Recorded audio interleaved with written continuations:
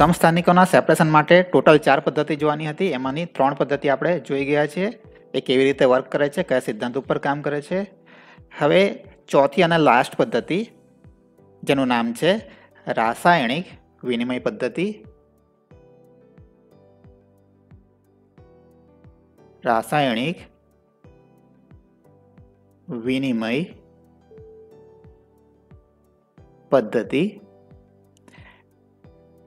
એટલે કે chemical exchange method. તો બીજું નામ છે આનું કેમિકલ એક્સચેન્જ મેથડ. રાસાયણિક એટલે કે કેમિકલ, વિનિમય એટલે કે એક્સચેન્જ, અદલા બદલી, અને પદ્ધતિ એટલે મેથડ. તો બીજું નામ છે એનું કેમિકલ એક્સચેન્જ મેથડ. તો હવે આપણે જાણીએ છીએ કે એક જ તત્વના બે સમસ્થાનિકો હોય તો એમનું જે પરમાણુ હોય એનું કેન્દ્રની અંદર પ્રોટોનની સંખ્યા સેમ હોય, એ જ રીતે ઇલેક્ટ્રોનની સંખ્યા પણ સેમ હોય, ન્યુટ્રોનની સંખ્યા અલગ અલગ હોય છે. તો ઇલેક્ટ્રોનની સંખ્યા સરખી હોય એટલે એમનું જે કેમિકલ પ્રોપર્ટીઝ છે, રાસાયણિક ગુણધર્મો હોય છે, કેવા હોય છે? સરખા હોય છે. તેથી આપણે સમસ્થાનિકોને અલગ કરવા હોય તો કેમિકલ મેથડ એટલે કે રાસાયણિક પદ્ધતિની મદદથી આપણે એને મોસ્ટલી સેપરેટ નથી કરી શકતા, કારણ કે એમનો જે રાસાયણિક ગુણધર્મો કેવા હોય છે? ઓલમોસ્ટ સેમ હોય છે. પરંતુ તેમના દળમાં તફાવત હોય છે, કારણ કે ન્યુટ્રોનની સંખ્યા કેન્દ્રમાં અલગ અલગ હોય છે. તેથી સમસ્થાનિકોનું જે દળ હોય છે કેવું હોય છે? અલગ અલગ હોય છે. ભલે પ્રોટોનની સંખ્યા સરખી હોય, ઇલેક્ટ્રોનની સંખ્યા સરખી હોય, પરંતુ કેન્દ્રમાં ન્યુટ્રોનની સંખ્યા અલગ હોવાને કારણે એ સમસ્થાનિકોના દળ કેવા હોય છે? અલગ અલગ હોય છે. તેથી આપણે એને ફિઝિકલ મેથડની મદદથી આપણે સેપરેટ કરી શકતા હતા. એની આપણે 3 પદ્ધતિઓ પણ જોઈ છે. તો આજે ચોથી પદ્ધતિની વાત કરવાના છે. એનું નામ છે કેમિકલ એક્સચેન્જ. તો આ જે નામ છે એમાં લખ્યું છે રાસાયણિક. તો એ કેવી રીતે કામ કરશે? કારણ કે એમના રાસાયણિક ગુણધર્મો તો સેમ હોય. તો અહીં તમારે જોવાનું છે કે જે સમસ્થાનિકો છે એમનું દળ કેવું હોય છે? અલગ અલગ હોય છે. તો આપણે લખી દઈએ સમસ્થાનિકોનું દળ કેવું હોય છે? અલગ હોય છે. તો એના કારણે શું થાય? તો ધારો કે કોઈ કેમિકલ રિએક્શન આપણે કરીએ છીએ, તો કેમિકલ રિએક્શન કરીએ એટલે એમાં શું હોય છે? સક્રિયકરણ શક્તિ હોય. કોઈ પણ પ્રક્રિયા હોય, તો ધારો કે આ સ્ટાર્ટિંગ છે, પ્રક્રિયક છે, અને આ રીતે પ્રક્રિયા થાય અને આપણને અંતે શું મળશે? આ નિપજ મળશે. તો આ છે પ્રક્રિયક. તો આ જે પ્રક્રિયા છે એ પ્રક્રિયા માટે આપણે સક્રિયકરણ શક્તિ એટલે કે એક્ટિવેશન એનર્જી ગણવી હોય તો કેવી રીતે ગણી શકાય? તો પ્રક્રિયક જે છે એની એનર્જી કેટલી છે એ આપણે જોવાનું છે. તો પ્રક્રિયકની એનર્જી આટલી છે અને નિપજની એનર્જી કેટલી છે? આટલી છે. તો આપણે સક્રિયકરણ શક્તિ શોધવી હોય તો પ્રક્રિયકની એનર્જી અને આ જે સૌથી એનર્જીવાળું જે સ્ટેટ છે, સૌથી વધારે એનર્જીવાળી અવસ્થા છે, એને આપણે કહીએ છીએ સંક્રાંતિ અવસ્થા.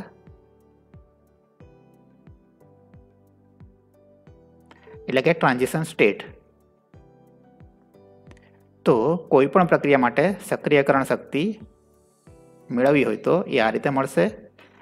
સૌથી વધારે એનર્જીવાળી અવસ્થા એટલે કે સંક્રાંતિ અવસ્થાની જેટલી એનર્જી હોય છે માઇનસ પ્રક્રિયકની એનર્જી, આટલો જે ડિફરન્સ આવશે એ કહેવાશે એક્ટિવેશન એનર્જી EA. તો એ પ્રક્રિયા માટે આટલી એક્ટિવેશન એનર્જીની જરૂર પડશે. તો એક્ટિવેશન એનર્જીનો મતલબ શું થાય? તો જો આપણે આ જે પ્રક્રિયક છે એને EA આટલી એનર્જી, એક્ટિવેશન એનર્જી કેટલી છે? EA છે. તો આટલી એનર્જી જો એને નહીં મળે તો પ્રક્રિયા થશે નહીં અને આપણને નિપજ મળશે નહીં. એટલે કે આટલી એનર્જી કરતાં થોડી પણ ઓછી એનર્જી એને મળશે તો પ્રક્રિયા આગળ વધશે નહીં. તો જે પ્રક્રિયા થવા માટે મિનિમમ એનર્જીની જે જરૂર પડે છે એ કહેવાય છે એ પ્રક્રિયા માટેની એક્ટિવેશન એનર્જી. તો ફરીથી આપણે આપણા ટોપિક ઉપર આવી જઈએ.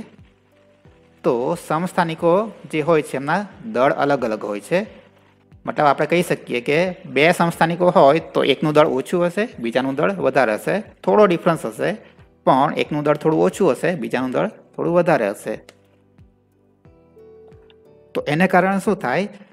તો જ્યારે એ સમસ્થાનિકોની સેમ પ્રક્રિયા કરવામાં આવે એટલે કે પ્રક્રિયા સરખી જ હોય તો આપણને નિપજ તો સરખી જ મળશે, પરંતુ એ જે પ્રક્રિયા છે પ્રક્રિયાનો વેગ કેવો હશે? અલગ હશે. કારણ કે દળ કેવા છે? અલગ છે. એટલે આપણે અહીં કહી શકીએ કે અલગ અલગ દળવાળા બે પ્રક્રિયકો છે, બે સમસ્થાનિકો છે, એની સરખે જ પ્રક્રિયા કરવામાં આવે તો એ પ્રક્રિયાનો જે વેગ હોય છે એ કેવો હોય છે? અલગ અલગ હોય છે.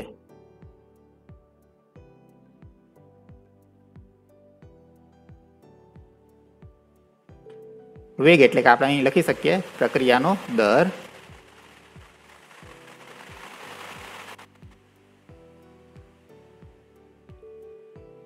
તો કેમ બે સમસ્થાનિકો હોય એ બંને સમસ્થાનિકોની સેમ પ્રક્રિયા કરવામાં, તો એ જે પ્રક્રિયા થશે એ પ્રક્રિયાનો દર અલગ હશે, કારણ કે એમનું દળ કેવું છે? અલગ અલગ છે. બે સમસ્થાનિકોનું દળ કેવું છે? અલગ છે. દળ અલગ હોય એટલે એમની જે પ્રક્રિયા થશે એમની સક્રિયકરણ શક્તિ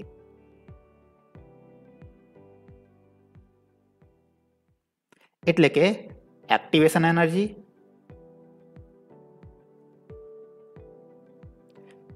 આપણે લખી દઈએ ઈએ એટલે એક્ટિવેશન એનર્જી એ કેવી હશે? અલગ હશે. ફરીથી આપણે એક આલેખ જોઈ લઈએ. તો y અક્ષ ઉપર છે એનર્જી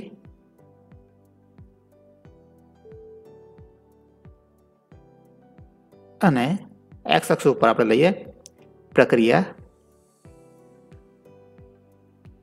પ્રગતિ. એટલે કે પ્રક્રિયા જેમ જેમ આગળ વધે તેમ તેમ પ્રક્રિયકોની એનર્જીમાં શું ચેન્જ આવશે એ આપણને આ ગ્રાફ ઉપરથી મળશે. તો એક જે સમસ્થાનિક છે એની પ્રક્રિયા આપણે લઈ લઈએ. એની પ્રક્રિયાનો જે આલેખ મળે છે એ કંઈક આ રીતનું મળે. અને બીજો સમસ્થાનિક એનાથી થોડો વધારે દળવાળો છે તો એની પ્રક્રિયા માટેનો આલેખ આપણને કંઈક આ રીતનો મળશે.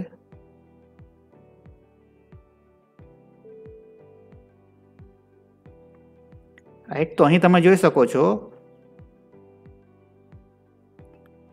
જે ઓછા દળવાળો સમસ્થાનિક છે એના માટે સક્રિયકરણ શક્તિ ઈએ આટલી જોઈશે, જ્યારે ભારે સમસ્થાનિક છે એના માટે ઈએનું મૂલ્ય કેવું હશે? થોડું વધારે હશે. તો આપણે લખી દઈએ કે પહેલો સમસ્થાનિક છે એને આપણે કહીએ એની સક્રિયકરણ શક્તિ ઈએ1 છે અને બીજો સમસ્થાનિક છે એની સક્રિયકરણ શક્તિ છે ઈએ2. એટલે અહીંથી આલેખ પરથી આપણે જોઈ શકીએ કે બે જે સમસ્થાનિક છે એની પ્રક્રિયા સેમ છે, પરંતુ દળ અલગ અલગ હોવાને કારણે એમની સક્રિયકરણ શક્તિ કેવી છે? અલગ અલગ છે. એ બંને વચ્ચે ડિફરન્સ બહુ ઓછો હશે, ખૂબ જ ઓછો હશે. છતાં પણ આપણે કહી શકીએ કે ઈએ2 ઇઝ ગ્રેટર ધેન ઈએ1. એટલે કે જે સમસ્થાનિકનું દળ વધુ હશે એને પ્રક્રિયા માટે વધારે એનર્જીની જરૂર પડશે. જે સમસ્થાનિકનું દળ થોડું ઓછું હશે એને પ્રક્રિયા માટે થોડી ઓછી એનર્જીની જરૂર પડશે. એટલે કે એમની જે સક્રિયકરણ શક્તિ છે એ કેવી હશે? અલગ અલગ હશે. વધારે દળવાળો સમસ્થાનિક હોય એની સક્રિયકરણ શક્તિ કેવી હોય? વધુ હોય. અને ઓછા દળવાળા સમસ્થાનિકની સક્રિયકરણ શક્તિ કેવી હોય? થોડી ઓછી હશે. હવે આપણે જોઈ ગયા છે આગળ પણ ઓર્ગેનિક કેમિસ્ટ્રીમાં કે કોઈ પ્રક્રિયા માટે એક્ટિવેશન એનર્જીની જરૂર આટલી જ પડતી હોય, એટલે કે બહુ ઓછી. અને બીજી પ્રક્રિયા છે એના માટે એક્ટિવેશન એનર્જીની જરૂર કેટલી પડતી હોય? ઘણી બધી વધારે. તો જેમ જેમ પ્રક્રિયા માટે એક્ટિવેશન એનર્જીની જરૂર વધારે પડતી જાય તેમ તેમ એ પ્રક્રિયા કેવી થતી જાય? ધીમી થતી જશે, સ્લો થતી જશે. એટલે કે એક્ટિવેશન એનર્જી બહુ ઓછી જોઈતી હોય તો પ્રક્રિયા ખૂબ જ ઝડપી થાય, અને એક્ટિવેશન એનર્જી ખૂબ વધારે હોય તો પ્રક્રિયા કેવી થાય? ખૂબ ધીમી થશે. તો એ જ સિદ્ધાંત ઉપર આ કામ કરશે કે ઈએ2 એટલે કે ભારે સમસ્થાનિકની એક્ટિવેશન એનર્જી કેવી છે? થોડી વધારે છે. એટલે એ પ્રક્રિયા કેવી થશે? ધીમી થશે, થોડી ધીમી થશે. અને હલકો સમસ્થાનિક છે એની સક્રિયકરણ શક્તિ કેવી છે? થોડી ઓછી છે. એટલે એની જે પ્રક્રિયા થશે કેવી થશે? થોડી ઝડપી થશે. એટલે આ બંને જે સમસ્થાનિકો છે એની પ્રક્રિયાનો જે દર છે કેવો હશે? અલગ અલગ હશે. અને ક્લિયરલી આપણે કેવું હોય તો કહી શકીએ કે ભારે સમસ્થાનિકની પ્રક્રિયા કેવી થશે? ધીમી થશે. એટલે એનો દર કેવો હશે? ઓછો હશે. અને હલકો સમસ્થાનિક એની જે પ્રક્રિયા થશે એનો દર કેવો હશે? વધારે હશે. એટલે કે એની પ્રક્રિયા ઝડપી થશે. તો આ સિદ્ધાંત ઉપર આ જે મેથડ છે એ કામ કરે છે કે બે સમસ્થાનિકો હોય, એમની પ્રક્રિયાનો દર કેવો હશે? અલગ અલગ હશે. ભારે સમસ્થાનિક ધીમી પ્રક્રિયા કરશે, જ્યારે જે હલકો સમસ્થાનિક છે એની પ્રક્રિયા કેવી હશે? ફાસ્ટ હશે. એની પ્રક્રિયાનો દર કેવો હશે? ઝડપી હશે. અને એ કેમ અલગ અલગ હોય છે આપણે અહીં આલેખની મદદ સમજ્યા છીએ. તો એનો મેઇન સિદ્ધાંત થયો કે કયા સિદ્ધાંત ઉપર આ મેથડ જે છે એ કામ કરે છે. હવે આ સિદ્ધાંતનો ઉપયોગ આપણે કઈ રીતે કરી શકીએ? તો એ સિદ્ધાંતનો ઉપયોગ કરવો હોય તો આપણે એક એક્ઝામ્પલ સમજીએ કે કોઈ એક અણુ છે XY, એમાં X જે છે એનું દળ છે A, Y નું દળ આપણે અહીં લખીએ નહીં, ચાલશે. અને બીજો એક સમસ્થાનિક છે આનો X નો, પણ સમસ્થાનિક હોય એટલે એનો સિમ્બોલ તો સેમ આવશે, એટલે આપણે X જ લખવું પડશે. પણ એનો જે દળ છે એનું એ આપણે લખીશું B, કારણ કે દળ અલગ અલગ હોય છે. અને એની સાથે જોડાયેલો બીજો આયન છે Z, રાઈટ. તો આ રીતનું પેલો જે સિદ્ધાંત આપણે ભણી ગયા એનો ઉપયોગ આપણે કરવાનો છે કે એ સિદ્ધાંતનો ઉપયોગ કરીને આપણે બે સમસ્થાનિકોને અલગ કરવા છે, એને સેપરેટ કરવા છે. તો કઈ રીતે સેપરેટ કરી શકાય એનું આપણે એક કોમન એક્ઝામ્પલ લઈ લઈએ. તો XY અને XZ વચ્ચે પ્રક્રિયા થાય છે, અને એ પ્રક્રિયા કઈ છે? તો જે પદ્ધતિનું નામ છે એમાં લખ્યું છે વિનિમય. વિનિમય મતલબ કે એક્સચેન્જ, એટલે કે અદલા બદલી. તો આમાં શું થશે? આયનોની અદલા બદલી અથવા પરમાણુની અદલા બદલી કરવાની છે આપણે. એટલે શું થાય? કઈ રીતે અદલા બદલી થશે? તો X કોની સાથે જોડાશે? Z સાથે જોડાય. અને XB કોની સાથે જોડાય? Y સાથે જોડાય. હવે આની અંદર X કોમન છે, એમના પરમાણુ ભાર અલગ અલગ છે, A અને B છે, પણ એ બંને એક જ તત્વ કહેવાય, એક જ તત્વના સમસ્થાનિક કહેવાય. એટલે આ જે પ્રક્રિયા છે કેવી હશે? ઓલવેઝ રિવર્સિબલ હશે, હંમેશા રિવર્સિબલ. તો પ્રક્રિયા હંમેશા રિવર્સિબલ હશે. અને આપણને નિપજ કઈ મળશે? તો XZ, પણ X નો જે પરમાણુ ભાર છે એ છે A. તો એ પરમાણુ ભાર વાળો X જે છે પેલા Y સાથે જોડાયેલો હતો, હવે કોની સાથે જોડાશે? Z સાથે જોડાય. પ્લસ XB એ કોની સાથે જોડાશે? Y સાથે જોડાય. તો આ રીતે આખી જે પ્રક્રિયા છે એમાં આયનોનું એક્સચેન્જ થશે, પરમાણુનું એક્સચેન્જ થશે, એટલે એને વિનિમય પદ્ધતિ કહેવામાં આવે છે. તો વિનિમય થયા પછી આપણને કંઈક આ રીતની નિપજ મળશે, રાઈટ. અને આખી જે પ્રક્રિયા છે કેવી છે? રિવર્સિબલ છે, પ્રતિવર્તી છે. તો પ્રતિવર્તી પ્રક્રિયા હોય તો એમાં શું થાય? સંતુલન અવસ્થા આવે છે. કોઈ એક સમયે એ પ્રતિવર્તી પ્રક્રિયામાં સંતુલન સ્થપાય છે. એટલે કે સંતુલન અવસ્થામાં પ્રક્રિયા કઈ સાઈડે વધારે પ્રમાણમાં હશે એ આપણે જોવાનું છે. તો આ રીતની જે પ્રક્રિયા હોય તો એનો સંતુલન અચળાંક આપણે મેળવવો પડે. સંતુલન અચળાંક ઉપરથી આપણને ખબર પડશે કે પ્રક્રિયા પુરોગામી વધારે પ્રમાણમાં થશે કે પ્રતિગામી વધારે પ્રમાણમાં થશે. તો આ જે પ્રક્રિયા છે એનો સંતુલન અચળાંક કદાચ આ રીતનો હોય 1.045, એટલે કે 1 કરતાં વધારે છે, 1 કરતાં વધારે છે, થોડો વધારે છે પરંતુ 1 કરતાં વધારે છે. એટલે આ જે સંતુલન અચળાંક છે એનું મૂલ્ય જે છે 1.045 છે, મતલબ કે 1 કરતાં વધારે છે. તો એનો અર્થ શું થાય? તો એનો અર્થ એ થશે કે આ જે આખી પ્રક્રિયા છે એમાં સંતુલન કઈ સાઈડે સ્થપાયેલું હશે? જમણી સાઈડે, મતલબ કે આ સાઈડે સ્થપાયેલું હશે. એટલે કે આપણને નિપજનું પ્રમાણ વધારે પ્રમાણમાં મળશે, પ્રક્રિયા થોડો ઓછો પ્રમાણમાં હશે. તો આ જે સિદ્ધાંત હતો આપણે જોઈ ગયા, એનો ઉપયોગ આપણે આ રીતે કરવાનો છે કે બે સમસ્થાનિકો હોય એની આપણે અદલા બદલી કરવાની છે. અને અદલા બદલી કરતાં જે આપણને નિપજ મળશે એ બે વચ્ચે સંતુલન સ્થપાયેલું હશે. અને એ સંતુલન અવસ્થાનો અચળાંક 1 કરતાં વધારે હોય તો સંતુલન કઈ સાઈડે સ્થપાયેલું હશે? જમણી સાઈડે સ્થપાયેલું હશે, એટલે કે નિપજની સાઈડે સ્થપાયેલું હશે. અને એનો ઉપયોગ કરીને આપણે એ જે આઇસોટોપ્સ છે, સમસ્થાનિક છે, એનું પ્રમાણ આપણે મિક્સચરની અંદર વધારી શકીએ. ધીમે ધીમે આ રીતે તમે મેથડનો એપ્લાય કરતા જાઓ 1 by 1, કારણ કે કોઈ પણ મેથડથી એક જ વખતે આપણે બે સમસ્થાનિકોને સેપરેટ નથી કરી શકતા. એ કન્ટિન્યુ રિપીટ કરવી પડે, મેથડ પદ્ધતિને કન્ટિન્યુ રિપીટ કરતા રહેવું પડે. તો એ રીતે આપણે રિપીટ કરતા જઈશું અને એક સમય આપણને જે સમસ્થાનિક જોઈતો હોય એનું પ્રમાણ વધારે પ્રમાણમાં હશે મિક્સચરની અંદર. તો એ રીતે આપણે એને મેળવી શકીએ છીએ. હવે આપણે એક એક્ઝામ્પલ લઈએ.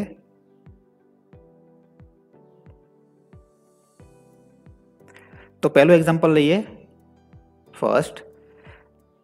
તો બે વૈજ્ઞાનિકો હતા, યુરે અને થોડે. તો આ બંને વૈજ્ઞાનિકોએ 1939માં 1939માં N15 એટલે કે નાઇટ્રોજનનો જે સમસ્થાનિક છે 15. એમ તો નાઇટ્રોજનનો સમસ્થાનિક કયો હોય છે? મોસ્ટલી N14 હોય છે. પણ N15 જે સમસ્થાનિક હોય છે એની સાંદ્રતા વધારવા માટે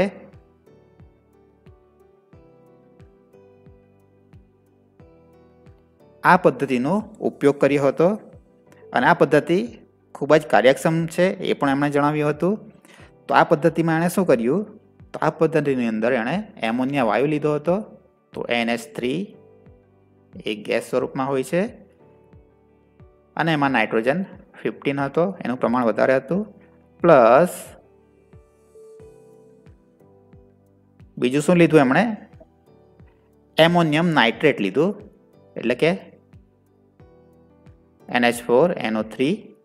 પણ આપણે અહીં ફક્ત NH4 જ લખીએ છીએ, NO3 ની જરૂર નથી, એ લખતા નથી. એટલે કે NH4 પ્લસ અને એમાં નાઇટ્રોજન 14. અને એમોનિયમ નાઇટ્રેટ હોય એ સોલિડ હોય તો એનું પાણીમાં દ્રાવણ બનાવવામાં આવે છે, એટલે આપણે અહીં લખીશું એક્વિયસ. એક્વિયસ એટલે કે જલીય દ્રાવણ.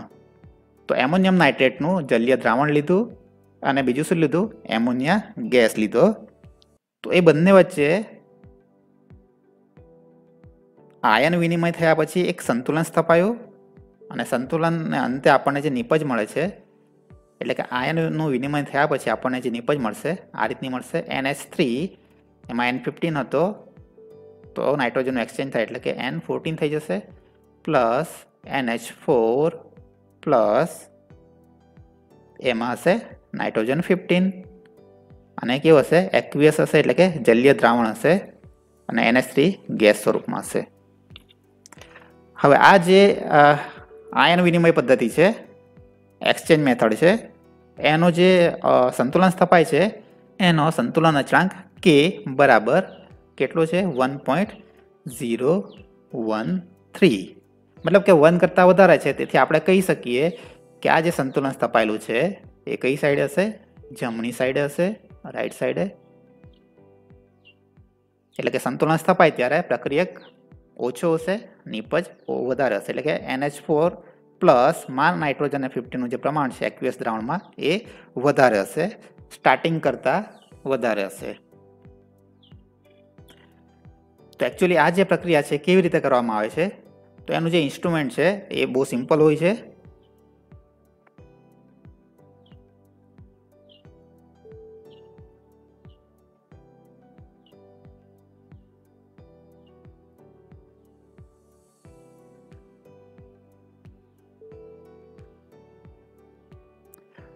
તો આ રીતની કોલમ હોય છે બ્યુરેટ ટાઈપની, પણ બ્યુરેટ કરતાં આનો જે ડાયામીટર હોય છે એ કેવો હોય છે? થોડો વધારે હોય છે. તો આ રીતનું કાચનું એક સ્તંભ હોય છે. એ સ્તંભની અંદર કેટલાક પદાર્થોનું પેકિંગ કરવામાં આવે છે, જેવા કે ફાઇબર ગ્લાસ, એલ્યુમિનિયમ ઓક્સાઇડ અથવા સિલિકા જેલ.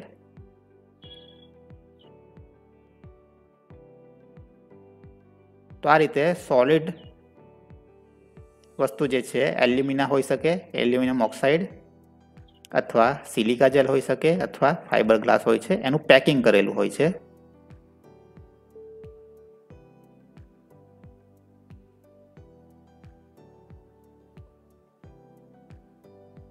એકચ્યુઅલી દેખામાં આ કોલમ ક્રોમેટોગ્રાફી જેવું જ છે.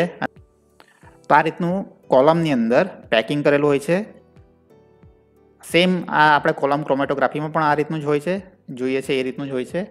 પણ કોલમ ક્રોમેટોગ્રાફીમાં આપણે ઉપરથી દ્રાવણ નાખીએ છીએ તો એ વસ્તુ તો રહેશે જ, પણ બીજી એક વસ્તુ પણ આવશે આની અંદર જે એનાથી અલગ છે. તો હવે આપણે બે વસ્તુ વચ્ચે સંતુલન સ્થાપવાનું છે. એક છે NH3 ગેસ પ્લસ બીજું છે એમોનિયમ નાઇટ્રેટ એટલે કે NH4 પ્લસ, એમાં N14 હોય છે. તો પ્રક્રિયા કેવી રીતે કરવાની? એક તો ગેસ સ્વરૂપમાં છે અને બીજું શું છે? એક્વિયસ સ્વરૂપમાં છે, એટલે કે લિક્વિડ સ્વરૂપમાં છે, દ્રાવણ સ્વરૂપમાં છે. તો દ્રાવણને આપણે ઉપરથી નાખીએ તો એની ગતિ કઈ દિશામાં હોય છે? નીચેની દિશામાં હોય છે. અને ગેસ આપણે છૂટો કરીએ તો ગેસ કઈ દિશામાં આગળ વધશે? તો નીચેથી એ ઉપરની દિશામાં જાય છે. એટલે આપણે શું કરવાનું? ગેસને તમારે નીચેથી દાખલ કરવાનો. એટલે કે અહીંયા આપણે લખી શકીએ NH3 ગેસ. તો એમોનિયાનો જે ગેસ છે એને તમારે કોલમની નીચેની સાઈડથી એન્ટર કરવાનો છે. અને એ ગેસ સ્વરૂપમાં છે એટલે ઓબ્વિયસલી એ નીચેથી ઉપરની દિશામાં આગળ વધશે. અને એ જ ટાઈમે તમારે એમોનિયમ નાઇટ્રેટનું દ્રાવણ જે છે એટલે કે NH4 પ્લસ, અને દ્રાવણ છે એટલે આપણે અહીં લખીએ એક્વિયસ. તો એમોનિયમ નાઇટ્રેટનું દ્રાવણ ઉપરથી તમારે નાખવાનું છે. એટલે દ્રાવણ કઈ દિશામાં આગળ વધશે? નીચેની દિશામાં આગળ વધશે. તો આ રીતે એમોનિયાનું દ્રાવણ, એમોનિયમ નાઇટ્રેટનું દ્રાવણ નીચેની દિશામાં આગળ વધશે. જ્યારે એમોનિયા ગેસ છે એ નીચેથી દાખલ કરેલો છે તેથી આ રીતે ઉપરની દિશામાં આગળ વધશે. એટલે શું થશે? બંને વચ્ચે એક્સચેન્જ થશે, વિનિમય થશે. તો નાઇટ્રોજનનું એક્સચેન્જ થાય, બરાબર છે. એટલે NH315 છે એ એક્વિયસમાં જતો રહેશે અને NH414માંથી એમોનિયા ક્યાં આવશે? ગેસ સ્વરૂપમાં રૂપાંતરિત થશે. એ પ્રક્રિયા આપણે આગળ જોઈ ગયા છે આ રીતની. તો એ રીતે એમની વચ્ચે વિનિમય થશે અને એનો કોન્સ્ટન્ટ જે છે 1 કરતાં વધારે છે. મતલબ કે આ જે રિએક્શન થશે એનું સંતુલન જમણી સાઈડે સ્થપાયેલું હશે.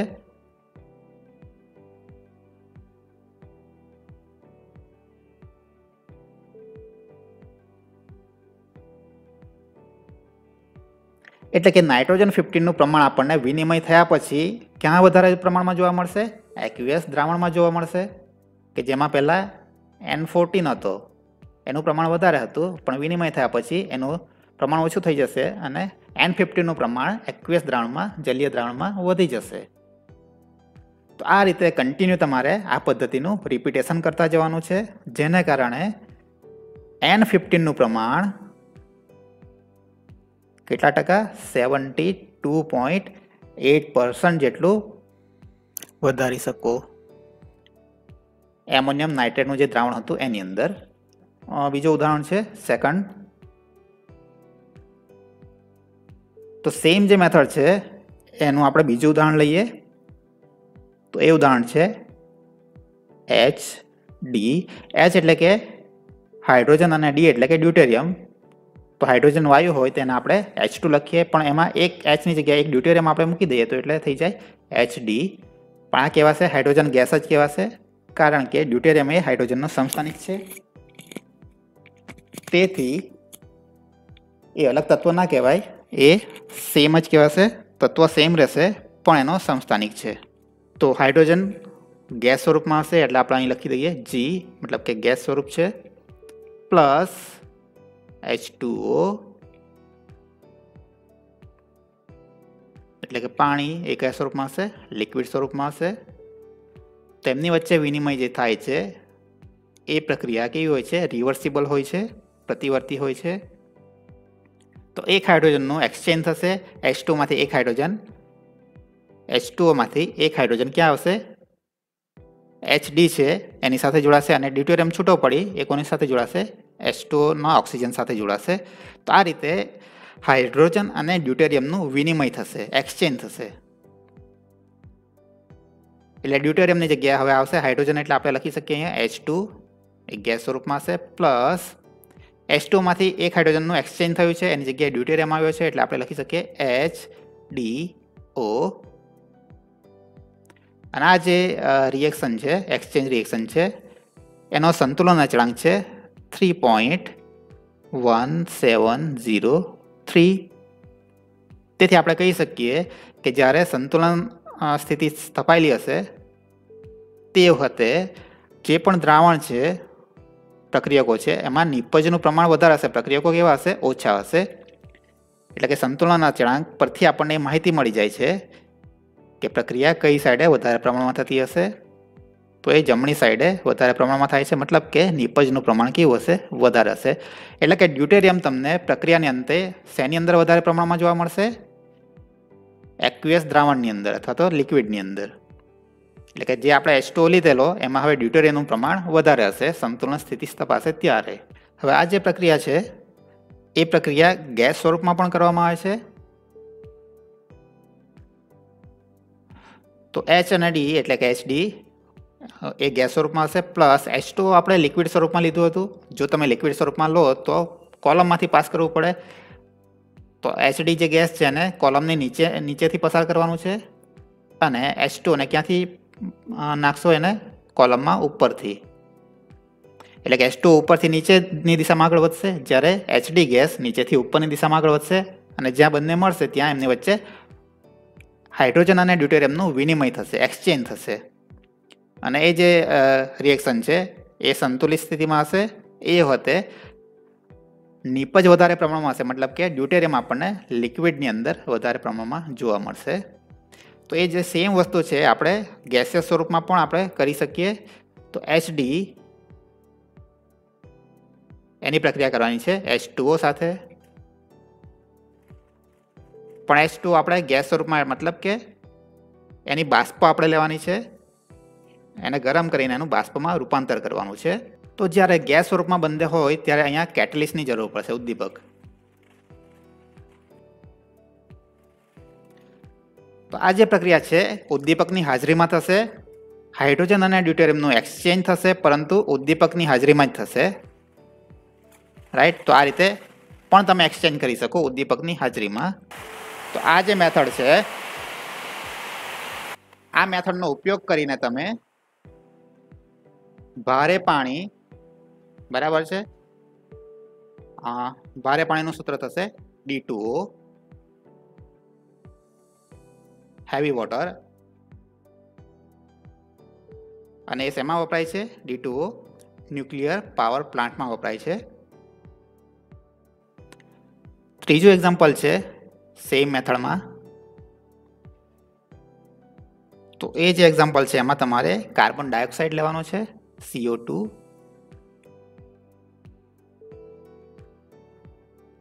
એમાં કાર્બન 13 હોય અને ગેસ સ્વરૂપમાં હશે, પ્લસ એની પ્રક્રિયા કરવાની છે સોડિયમ બાયકાર્બોનેટના દ્રાવણ સાથે. તો સોડિયમ બાયકાર્બોનેટનું સૂત્ર થાય NaHCO3. તો Na પ્લસ આપણે લખતા નથી, ફક્ત HCO3 માઇનસ લખીએ છીએ. તો CO2 માં C13 હશે અને HCO3 માં C કયો હશે, કાર્બન C12. તો એમની વચ્ચે જ્યારે વિનિમય થાય તો આપણે અહીં લખી દઈએ આ લિક્વિડ સ્વરૂપમાં હશે. તો એક ગેસ સ્વરૂપમાં છે, બીજું એક્વિયસ એટલે કે જલીય દ્રાવણ છે. તો સેમ પદ્ધતિ આપણે ફોલો કરવાની રહેશે. જે કોલમ છે કોલમમાં નીચેથી તમારે ગેસ પસાર કરવાનો રહેશે, જેથી એ નીચેથી ઉપરની દિશામાં આગળ વધશે, અને બાયકાર્બોનેટનું દ્રાવણ છે તમારે કોલમમાં ઉપરથી નાખવાનું રહેશે, જેથી એ ઉપરથી નીચેની દિશામાં આગળ વધશે, અને જ્યાં બંને મળશે ત્યાં એમની વચ્ચે આયન એક્સચેન્જ થશે, તો કાર્બનનું એક્સચેન્જ થશે. અને સંતુલન અવસ્થાની અંદર આપણે જોવાનું છે કે એનો સંતુલન અવસ્થાનો જે અચળાંક છે એ કેવો છે. તો એના પરથી આપણને ખબર પડશે કે કાર્બન 30નું પ્રમાણ શેમાં વધારે જોવા મળશે. તો હવે કાર્બનનું આપણે એક્સચેન્જ કરવાનું છે. તો CO2 જે છે એ તો એમનો એમ રહેશે, પરંતુ કાર્બન 13 છે એની જગ્યાએ હવે આવશે કાર્બન 12, અને ગેસિયસ ફોર્મમાં જ રહેશે. બીજું છે HCO3 માઇનસ, તો એમાં C12 હતો, એની જગ્યાએ આવશે C13, અને એક્વિયસ ફોર્મમાં હશે, જલીય દ્રાવણ હશે એટલે. તો રાઈટ. હવે આનો જે સંતુલન અચળાંક છે કે એનું મૂલ્ય છે 1.012, મતલબ કે 1 કરતાં વધારે છે, તેથી આપણે કહી શકીએ કે સંતુલન કઈ દિશામાં હશે, કઈ સાઈડે વધારે પ્રમાણમાં હશે, જમણી સાઈડે. એટલે કે સંતુલન સ્થાપાયા પછી આપણને C13નું પ્રમાણ જલીય દ્રાવણમાં વધારે પ્રમાણમાં જોવા મળશે. એ જ પ્રમાણે બીજા ઉદાહરણ પણ આપેલા છે તમને. કાર્બન મોનોક્સાઇડ જેમાં C13 હોય, અને કાર્બન ડાયોક્સાઇડ C12 છે. એમની વચ્ચે એક્સચેન્જ થયા પછી, કાર્બનનું એક્સચેન્જ થયા પછી જે આપણને નિપજ મળશે આ રીતની હશે: કાર્બન મોનોક્સાઇડ કાર્બન 12 વાળો પ્લસ કાર્બન ડાયોક્સાઇડ કાર્બન 13 વાળો, અને આનો જે અચળાંક છે એ છે 1.086. એ પણ 1 કરતાં વધારે છે, એટલે કે સંતુલન જમણી સાઈડે સ્થપાયેલું હશે. બીજું એક્ઝામ્પલ છે HCN એટલે કે હાઇડ્રોજન સાયનાઇડ, જેમાં C12 હોય પ્લસ Cn માઇનસ જેમાં C13 હોય. Cn માઇનસ લખ્યો એટલે તમે પોઝિટિવ આયન તરીકે K પ્લસ લખી શકો અથવા Na પ્લસ લખી શકો, અને જલીય દ્રાવણ હશે. NaCN અથવા KCN નું જલીય દ્રાવણ હશે. તો એમાં પણ કાર્બનનું એક્સચેન્જ થશે અને સંતુલન અવસ્થામાં નિપજ આપણને કઈ મળશે? તો HCN તો મળશે જ, પણ કાર્બન હવે એક્સચેન્જ થયેલો હશે, તો C13 પ્લસ Cn માઇનસ એમાં કાર્બન 12 હશે.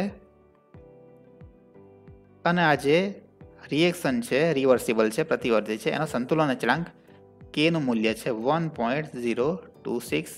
મતલબ કે અહીં પણ સંતુલન જમણી સાઈડે સ્થપાયેલું હશે. અને લાસ્ટ એક્ઝામ્પલ જોઈ લઈએ, ઓક્સિજન. તો એમાં ઓક્સિજનનો સમસ્થાનિક છે 16. સેકન્ડ લઈએ આપણે H2O. તો એમાં ઓક્સિજનનો સમસ્થાનિક છે 18. તો એમની વચ્ચે આયન વિનિમય થાય, પરમાણુનું વિનિમય થશે ઓક્સિજનનું. તો એ એક્સચેન્જ થયા પછી આપણને ઓક્સિજન જે મળશે O2 એ O2 18 હશે પ્લસ H2O 16 હશે. અને આનો પણ જે અચળાંક છે કે એનું મૂલ્ય છે 1.012. તો અહીં પણ સંતુલન જમણી સ્થિતિમાં સ્થપાયેલું હશે, જમણી સાઈડે. તેથી આપણે કહી શકીએ કે ઓક્સિજન જે ગેસ આપણને મળશે એમાં 18 સમસ્થાનિકનું પ્રમાણ વધારે પ્રમાણમાં હશે.